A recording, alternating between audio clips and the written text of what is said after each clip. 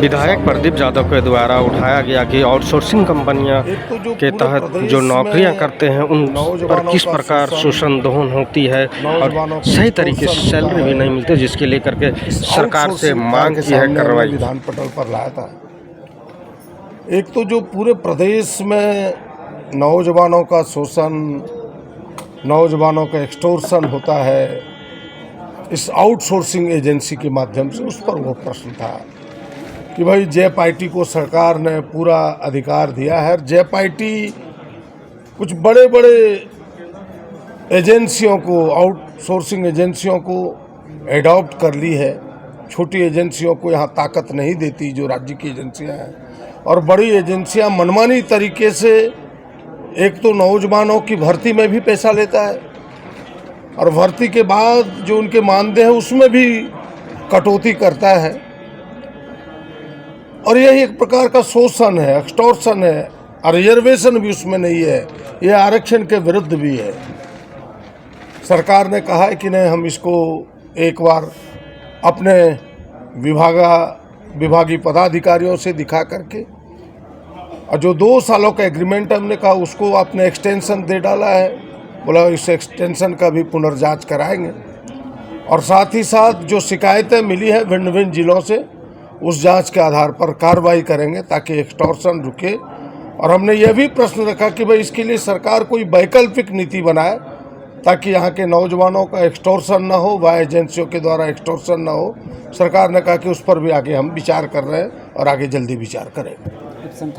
एक दूसरा मामला था जो महत्वपूर्ण मामला था, आप सबने देखा होगा कि वो ओबीसी के आरक्षण का मामला है। राज्य सरकार ने कहा कि 2022 में ही 11 नवंबर 2022 को हमने महामहिम राष्ट्रपति के पास इस विधानमंडल से ओबीसी का 27%, एसटी का 28% और दलित का 12% आरक्षण, कुल 77% 10 ईडब्ल्यूएस का अनुशंसा महामहिम राष्ट्रपति को भेजा है। 2 वर्षों से वहाँ लंबित है। हमने कहा कि भाई इस पर तत्पर कार्रवाई हो, इसके लिए सरकार को प्रयास करना चाहिए। और तमिलनाडु के उदाहरण हमने बताए कि जिस प्रकार से वहाँ पार्लियामेंट में, उस समय कांग्रेस की सरकार थी देश में, पार्लियामेंट में संशोधन ला करके और उस संशोधन के माध्यम से वहाँ 69% आरक्षण दिया है, 50% लक्ष्मण रेखा को पार करके।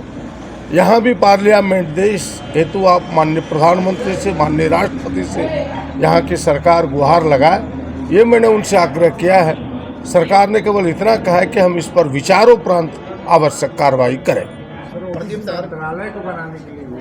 दूसरा हमने उसमें दो और पार्ट थे उसके कि भाई जो 93 संशोधन है वो ये है कि भाई 2005 में जब मनमोहन जी की सरकार थी तो देश में एक संशोधन आया संविधान में, और वो संविधान 93 संशोधन के नाम से जाना गया कि भाई हायर एजुकेशन, खास करके व्यावसायिक संस्थानों में ओबीसी को, एसटी को, एससी को नामांकन में आरक्षण मिलेगा।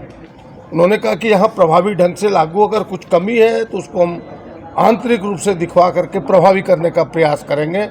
और हमने कहा कि भाई पिछड़ों के लिए अलग मंत्रालय की घोषणा हो। सरकार ने कहा कि नहीं, जो अभी मंत्रालय जिसके मातहत काम कर रहे हैं उन्होंने अपनी बात कही है कि हम उसके तहत बेहतर काम कर रहे हैं। अभी सरकार अलग मंत्रालय का एहसास नहीं करती है, लेकिन हमें लगता है कि यह मेरी मांग जायज़ है।